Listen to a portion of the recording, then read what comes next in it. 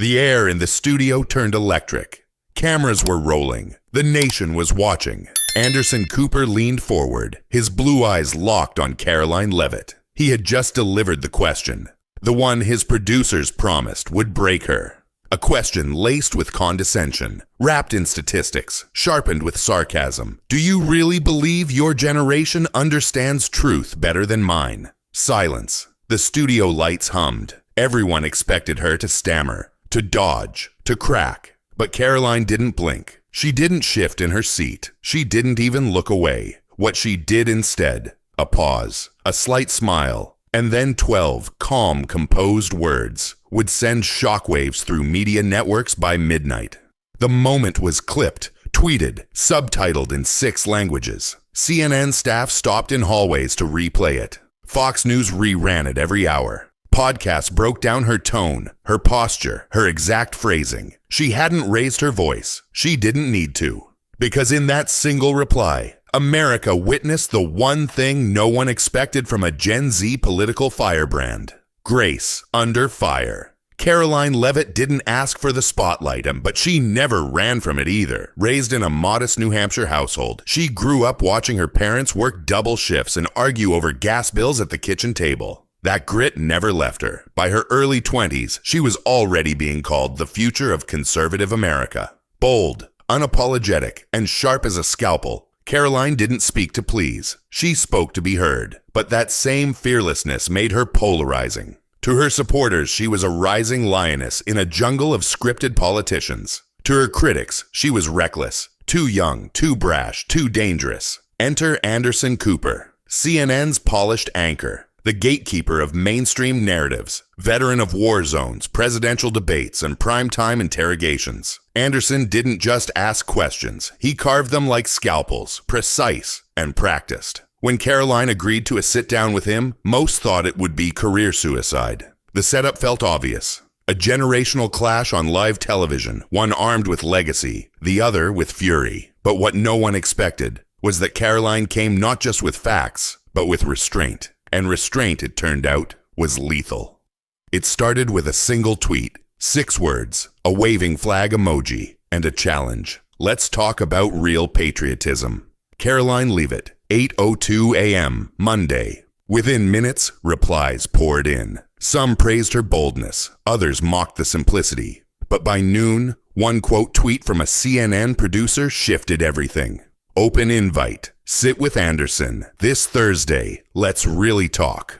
The internet held its breath. Caroline said yes. She didn't consult a team. No handlers, no rehearsals, just a yes. For Cooper's team, it was gold. A young conservative stepping into the lion's den of mainstream media right before midterms. Perfect ratings bait. Headlines wrote themselves. By Tuesday morning, CNN promos began. This Thursday, prime time, Cooper and Leavitt, Truth Live. In campaign offices and newsrooms across the country, people circled the date. Opposing teams began prepping fact sheets, viral talking points, and emergency responses. She was trending on Reddit. Memes started forming. Subreddits debated her tone. The hashtag number sign Leavitt versus Cooper began to climb. On Caroline's side, friends were worried. They'll twist your words, one warned. It's a trap, another said. But she was unmoved. This isn't about winning, she told her press coordinator quietly. It's about being heard. Thursday arrived like a storm. Outside CNN's New York studio, protesters and fans clashed on the sidewalk. Security tightened. Cameramen rehearsed angles. In the control room, Anderson adjusted his earpiece, calm as always. He'd interviewed presidents, generals, whistleblowers. This wouldn't shake him. But this wasn't just another interview. It was generational combat. A Gen Z woman known for spitting fire against a legacy journalist known for precision kills. The broadcast began on the dot. 8 p.m. Eastern Standard Time. No music, just a dark screen and Anderson's voice. Tonight, a conversation about patriotism, truth, and generational accountability. The lights lifted. Caroline sat across from him. White blazer, hair pinned back, posture steady. No notes, no distractions. Anderson began smoothly, painting her background in broad strokes, her rise in conservative media, her rapid fan base, her controversial takes. His tone was civil, but loaded. Then came the first jab. You've said before that most major networks, including mine, distort reality. What gives you that certainty? Caroline didn't blink. Experience and pattern recognition. A few in the control room chuckled. It was bold. Too bold, maybe. Anderson pressed, leaning forward. You're 20-something. I've spent more time in war zones than you've been alive. And you think you understand reality better? There it was. The spark. That generational condescension, wrapped in civility. Caroline could have fired back, mocked his privilege, gone viral with a zinger. But she didn't. Instead, she paused. Exactly, she said softly. I'm part of a generation that doesn't just inherit facts. We question who profits from them. A slow silence followed. One beat, then two. Anderson straightened, but the damage was done. The comment wasn't loud, but it echoed. Online and off. That one sentence sliced through the facade of respectful debate and exposed something deeper. This wasn't just an interview. It was a reckoning. From that moment forward, the tone shifted. Questions turned sharper. Caroline's replies got colder. Anderson began using statistics. Caroline used stories. He referenced sources. She referenced consequences. You say the media is failing. Where's your proof? My brother watched his small-town business get ruined while anchors called it economic adjustment. That's proof. They weren't debating facts. They were debating realities. And somewhere in the middle of that back and forth, a camera caught it. Not a word, but a flicker in Anderson's expression. A momentary loss of control. He wasn't expecting poise. He was expecting fire. By 8:41 p.m., Twitter was ablaze. Influencers from both sides clipped her lines. Grace under fire became the phrase of the night. Hashtags popped up. Krato Cooper cornered. Jadroji Gen Z Grace. Abo she did not flinch. In the final 5 minutes, Anderson tried one last pivot. You're not afraid you're being used. That maybe, just maybe, powerful people are pushing you forward to serve their own agenda? Caroline smiled. The first real smile of the night. If I am Mr. Cooper, at least I know it. And unlike most people in power, I'm not pretending to be neutral. End of broadcast. Silence in the studio. Then, applause. Not scripted. Not from a warm-up guy. Real. Spontaneous. From staffers. Cameramen. Even a few CNN producers watching from the side. Outside protesters had stopped chanting. They were checking their phones, watching the clip of her smile. Over and over. Something had cracked. And it all started. With 6 words on a tweet. By the next morning, the internet was on fire. Clips from the interview dominated every platform. Caroline's calm smile, Anderson's arched brow, the quote, "At least I know it," was already plastered across Instagram carousels, TikTok duets, and YouTube commentary channels. Within 12 hours, it had become the most viewed CNN clip of the year. But it wasn't just social media. Mainstream outlets scrambled to spin the moment. CNN labeled it a tense generational exchange. Fox News called it a televised reckoning. The Atlantic questioned if Anderson had finally met his rhetorical match. The New York Times ran a headline that simply read, "She didn't flinch." But beneath the headlines, battle lines were forming fast. Progressive commentators criticized Caroline's answers as rehearsed and evasive, while conservative influencers praised her poise and accused Anderson of ageism. Memes flooded Twitter, side-by-sides of Anderson's expression freeze-framed with captions like "loading insult" or "system crash, unhandled grace exception." On Reddit, conspiracy threads speculated that the entire thing was staged. Too perfect, too balanced, too cinematic. But it wasn't staged. Behind the scenes, CNN executives were panicking. Anderson had not briefed them on going that hard. The interview was supposed to be sharp, yes, but not nuclear. Now half the public was siding with Caroline, and the network's own staffers were retweeting her. Sponsors were calling. Some praised the drama. Others wanted distance. Meanwhile, Caroline's team was caught off guard too.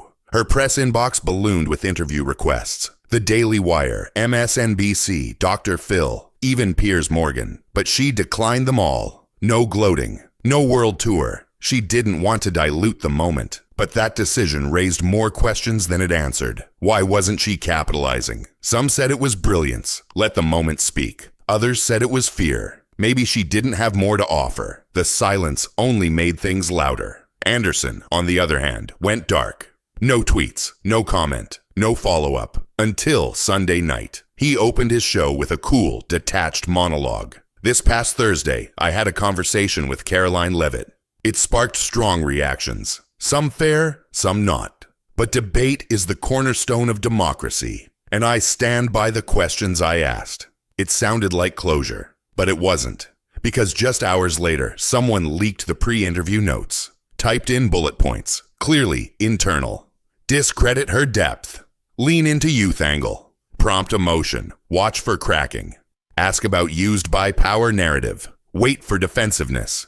The leak spread like wildfire. Some claimed it came from a disillusioned CNN producer. Others blamed hackers. No one took credit. But it didn't matter. The damage was done. The public now had proof. Anderson hadn't just been asking tough questions. He had come with a plan to dismantle her. And Caroline had seen through it. Live. Hashtags reignited. Frachuk pre-planned cornering. Chacha media scripts exposed. She stayed calm. That Monday, Tucker Carlson released a segment titled How Gen Z Outsmarted CNN. It hit 5 million views in 24 hours. The cultural narrative shifted again. Now it wasn't just Caroline versus Anderson. It was young versus old, authentic versus polished, underdog versus establishment. College campuses projected quotes from the interview onto dorm walls. I'm not pretending to be neutral. Protesters in D.C. held signs with her smile. But not all attention was celebratory. By midweek, anonymous sources began circulating allegations. A former classmate of Caroline's claimed she had once made a dismissive comment about veterans. Another source said she had ties to shady donors. Articles appeared with headlines like, "Is Caroline's grace just a mask? The dark money behind Gen Z's darling?" None of it stuck because the sources were flimsy, but the timing was no coincidence. Caroline's team believed a counteroffensive was underway. By Thursday, the cycle was exhausting. Every hour brought another headline, another rumor, another analysis. Her team urged her to make a formal statement, ride the wave, defend herself, extend the narrative. But Caroline did something no one expected. She canceled all public appearances. No podcasts, no interviews. She flew home to New Hampshire. There, in the quiet of her childhood home, she walked barefoot through the backyard where she once practiced debate speeches in front of an old oak tree. She declined every media call, took long walks, and met with no advisors. She knew something no one else did. The storm wasn't over. It was still forming. On Friday morning, it hit. An op-ed in The Guardian, written anonymously but clearly from someone inside CNN, claimed that Anderson had personally pushed for the interview to humble Caroline. Not the network, not the producers. Him. The article included internal chat logs. "She's a child in adult heels. I want this one for ratings and for principle. We can't let TikTok win." The tone was smug, condescending, and unmistakably his. Within hours, Anderson Cooper was trending, but not in the way he ever wanted. Even his allies were quiet. Don Lemon tweeted, "We've all had moments where we let our ego speak louder than our judgment. This might be one." The fallout began. Caroline, still silent, was praised for her restraint. Her choice not to capitalize was now seen as wisdom, not weakness. Anderson, once the poised anchor, was now the antagonist in his own narrative. The pressure mounted on CNN to respond. A press statement came late that night. "We value spirited discourse, but all interviews must reflect fairness and integrity. Internal matters are being reviewed." Translation: they were caught off guard too. But the public had already decided. The question was no longer about whether Caroline had won the interview. It was, how did she stay so composed when the trap was that deep? Behind the scenes, Anderson requested a leave of absence. He needed to recenter. In reality, sponsors were pulling, and his credibility was hemorrhaging. Meanwhile, Caroline's silence remained her most powerful tool. She issued just one tweet. "Never underestimate stillness. It sees more than sound." 12 words. Again, the same precision that started it all. The quiet didn't last. By the following Monday, a storm was building underground, not in the public feeds, but inside CNN headquarters. Anderson Cooper's leave of absence had done little to slow the unraveling. Staffers were leaking more messages. Anonymous posts hinted at deeper tensions, editorial pressure, fear of youth voices, even jealousy masked as journalism. But it wasn't just about CNN anymore. The broader media was asking a more dangerous question. Was this about one interview, or a generation's rebellion against narrative control? And that's when it happened.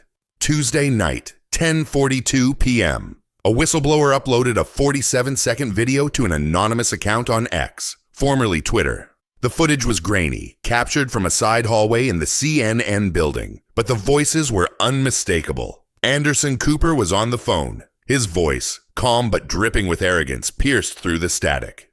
She got lucky, that's all. A couple rehearsed lines and some internet sympathy. I've dismantled presidents. She's nothing. Then more chillingly, if this had been 10 years ago, someone like her never would have made it to air. The video ended abruptly, but the damage? Permanent. By dawn, it had been reposted 4.8 million times. Anderson tapes. Discredit the youth. Caroline was right. Major outlets scrambled to verify the clip. CNN remained silent for 6 hours, too long in internet time. Their delay read as guilt, and in those 6 hours, everything flipped. Caroline's poise now had context. Her restraint had a shadow behind it. She wasn't just graceful. She was surviving something calculated. By lunchtime, memes flooded the net. Images of Caroline's composed smile overlaid with the quote, 10 years ago, someone like her. The implication was clear. Anderson Cooper hadn't just underestimated her. He tried to erase her. Colleges hosted panels titled Media Gatekeeping and the Gen Z Glass Ceiling. High school teachers played the clip in civics classes. TikTokers acted out mock versions of the interview with the tagline, Grace versus Goliath. Caroline remained silent, but the silence now spoke louder than any soundbite. Then, as if the universe wanted a final confirmation, another domino fell. A former CNN intern, now working for a media watchdog nonprofit, published a blog titled The Room Where It Happened. In it, she described the pre-interview environment, Anderson's mood, his directives, and a specific line that haunted her. We don't need another fire starter. We need a fire that burns out. The post ended with, I watched a network build a strategy to shame a young woman, and I watched her dismantle it with 12 words and no raised voice. That should terrify us all. The piece was picked up by Politico, Rolling Stone, and The Hill within hours. CNN issued another statement, this time longer, more desperate. While we continue our internal review, we want to emphasize our commitment to fair dialogue, journalistic integrity, and generational inclusion. We regret any actions or remarks that may have undermined these values. But it was too late. That night, Caroline reappeared. She didn't go on television. She released a 4-minute video, filmed in her parents' backyard. Simple lighting, no script, no graphics, just her voice. I've stayed quiet not because I didn't have more to say, but because I wanted people to see what happened without me needing to explain it. Now you have. She paused. I was invited to a conversation, but it was never meant to be one. It was meant to be a corner. I just happened to walk through it. Another pause. But let me be clear. I don't hate Anderson Cooper. I don't hate CNN. I don't hate anyone. I believe people lash out most when they feel threatened. And right now, the truth threatens a lot of people.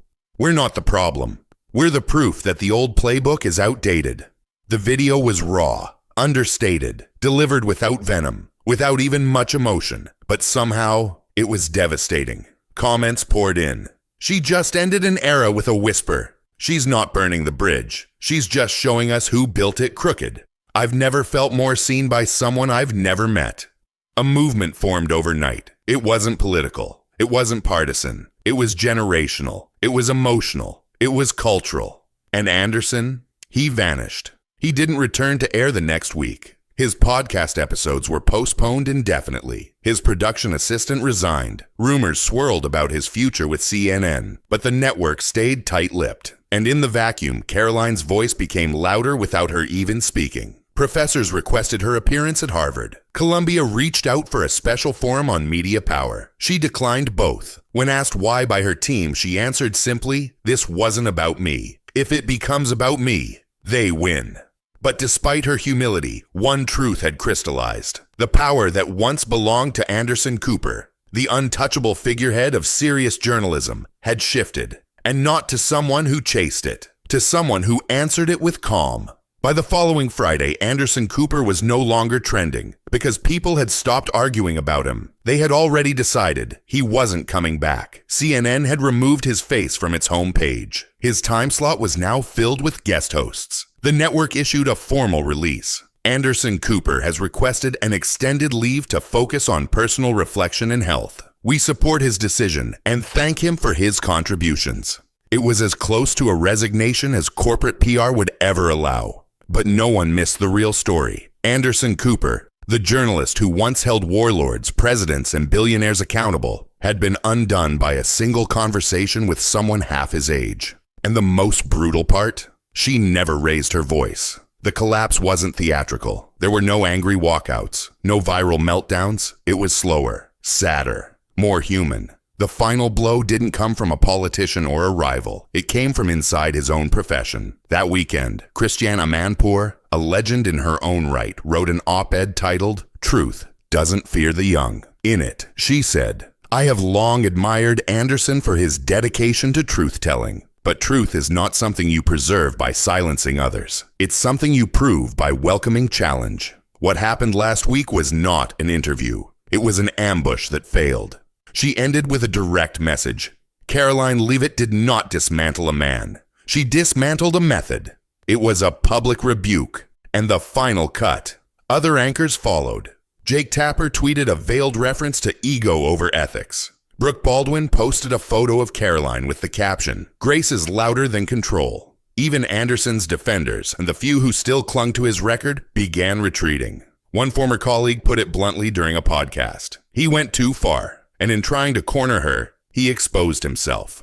The internet took that line and ran. "Exposed by Grace" became a trending tag. College campuses played Anderson's meltdown next to Caroline's composed reply as case studies in rhetoric. Media scholars rewrote syllabi. New journalism students no longer listed Cooper as a career inspiration. They listed Caroline as the reason they believed media could evolve.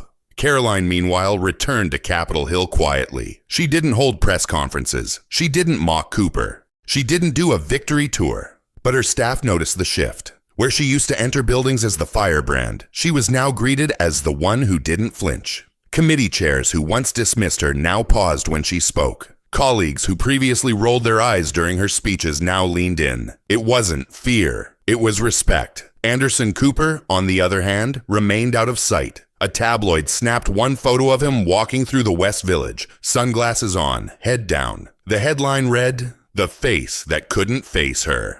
No one cheered his downfall. No one wanted to see him suffer. But no one argued he didn't deserve it, because the truth was inescapable. Anderson hadn't just tried to discredit Caroline. He had tried to erase a generation's voice, and got caught. His silence now was less about humility, and more about the absence of a path back. He had spent decades building a brand on hard questions. But when someone finally questioned him, not with rage, not with outrage, but with unwavering calm, his brand cracked. And that crack widened with every headline, every post, every moment of public silence. Caroline's power wasn't in what she said. It was in what she refused to become. She didn't gloat. She didn't retaliate. She didn't monetize the moment. She simply was. And in that stillness, the world saw what journalism had been missing for years. Courage without ego. It wasn't a war. It wasn't even a fight. It was a mirror. And Anderson, along with millions, saw something in that reflection that couldn't be unseen.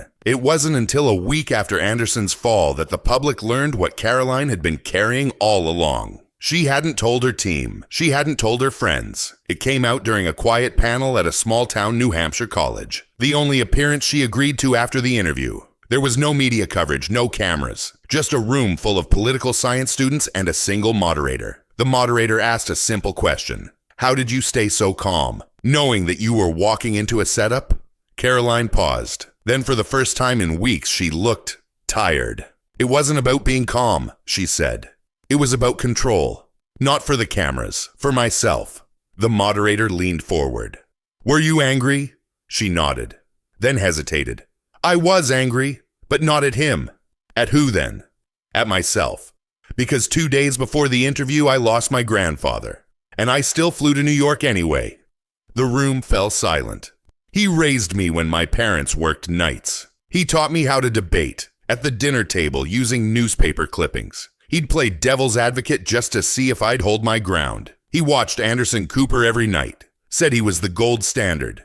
She smiled, but her eyes welled up. The night before the interview, I was in a hotel room alone. I had just come from a funeral, and I was staring at the ceiling thinking, why am I even doing this? And then I remembered. He used to say, if you can win an argument without raising your voice, you've already won. So when Anderson leaned in and tried to break me, I didn't see a media icon.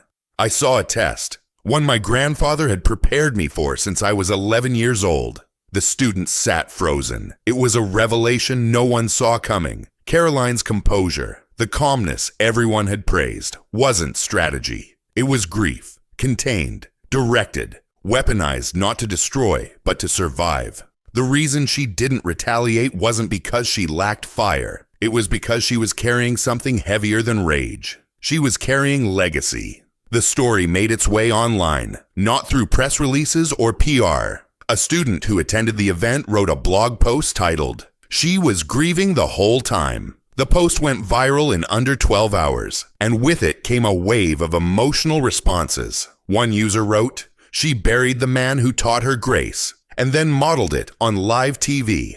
Another, "Now I understand why she didn't clap back. She was honoring someone, not destroying someone else." People stopped calling the moment a takedown. They started calling it a tribute. And that changed everything. What was once viewed as a political win became something deeper. It became a cultural shift, a reminder that quiet strength could be more powerful than explosive rhetoric. That emotional discipline wasn't weakness, that sometimes grief sharpens clarity. Journalists began reflecting more earnestly. Several penned essays titled "The Cost of Composure" and "What We Missed While Watching Her Win."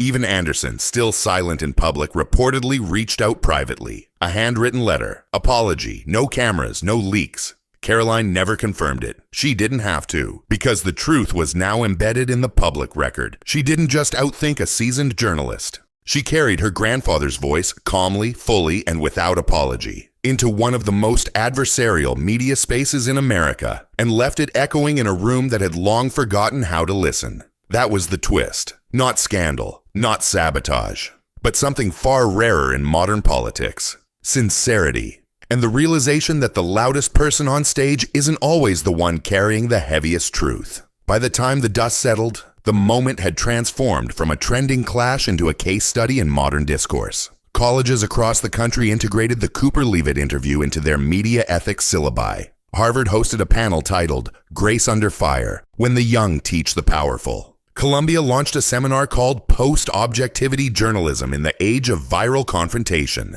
Caroline's composure had become a blueprint. She didn't just walk through the fire, she walked through it while the cameras rolled. The knives were out, and the odds were stacked. And she never bled. The aftermath extended far beyond campus walls. CNN suffered its most significant internal shakeup in a decade. Anderson Cooper's extended leave turned permanent. Though never officially fired, his absence became the new normal. Producers involved in the interview were quietly reassigned. A senior executive in charge of editorial tone announced their resignation 2 weeks later, citing personal misalignment with network values. Behind closed doors, a memo was circulated to staff titled "Respecting Opposition Without Rehearsed Ambush." Meanwhile, Fox News leaned hard into the narrative. They reran the interview 8 times in 1 week. Conservative commentators crowned Caroline the future. But Caroline herself didn't take the bait. She rejected offers for exclusive segments, refused to join media celebrations, and publicly asked that her name not be used as a weapon for ratings. Instead, she chose to speak where it mattered most, to young people. She launched a free digital series called Unscripted Civil Conversations That Still Matter, inviting voices across political spectrums to speak without filters, scripts, or setups. No flashy lights, just dialogue. The first episode, featuring a respectful exchange between a conservative law student and a progressive environmental activist, was streamed over 2 million times in its first week. Caroline wasn't chasing clout. She was redefining the stage. The cultural impact of her silence, her calm reply, lingered in every newsroom across the country. Interns who once watched anchors with awe now watch them with a sharper eye. Producers stopped asking, "Will this go viral?" and started asking, "Will this hold up?" One tweet from a Gen Z journalist summed it up perfectly. She didn't just clap back, she clapped differently, with presence. Even corporate America took notice. A major tech firm launched a leadership workshop titled The Leavitt Effect, Leading Without Loudness. Business magazines began publishing features on how restraint had become the new form of power in boardrooms and branding. But perhaps the most powerful shift happened on the individual level. Emails flooded Caroline's office from people who had never cared about politics before. Single mothers, veterans, college students, even high schoolers. You made me believe again. I showed my daughter that interview. She asked me why the man looked so angry and why the woman stayed kind. Thank you for proving we don't have to become monsters to be heard. One email came from a 74-year-old Vietnam veteran in Michigan. He wrote, I've watched news anchors tear people apart for 50 years. You're the first one I've seen who didn't tear back, and still walked away with more dignity than any of them. It was no longer about Anderson Cooper. It wasn't even about Caroline anymore. It was about a cultural pivot, a reminder that in an age of sound bites, shouting, and viral takedowns, the rarest and most powerful voice is the one that refuses to scream. What changed permanently? Trust. Young voters, who once saw media institutions as untouchable monoliths, now saw them as fallible, challengeable, and more importantly, beatable, with grace. And Caroline, she returned to her roots, small-town events, unfiltered community meetings, quiet policy work. She never used the moment as a springboard, because the moment had already elevated her to a space no career strategist could have planned. It was no longer about what she said. It was about how she said it. And for millions watching across the country, from dinner tables to classrooms to dorm lounges, that how was enough to start changing everything. In a world addicted to outrage, where shouting often drowns out truth, one woman reminded us of something we forgot, that real strength doesn't always roar. Caroline Leavitt didn't win with fire. She didn't dismantle her opponent with fury. She simply stood her ground and refused to flinch. She taught us that restraint is not weakness, it's mastery. That dignity, even under pressure, can speak louder than any insult. And that sometimes the quietest voice in the room echoes the longest. If this story moved you, if it reminded you that grace still matters, and that power doesn't always come from volume, subscribe for more stories where truth flips the narrative and silence speaks louder than spin. Because the next time someone tries to corner the calmest voice in the room, they might just discover who really holds the power.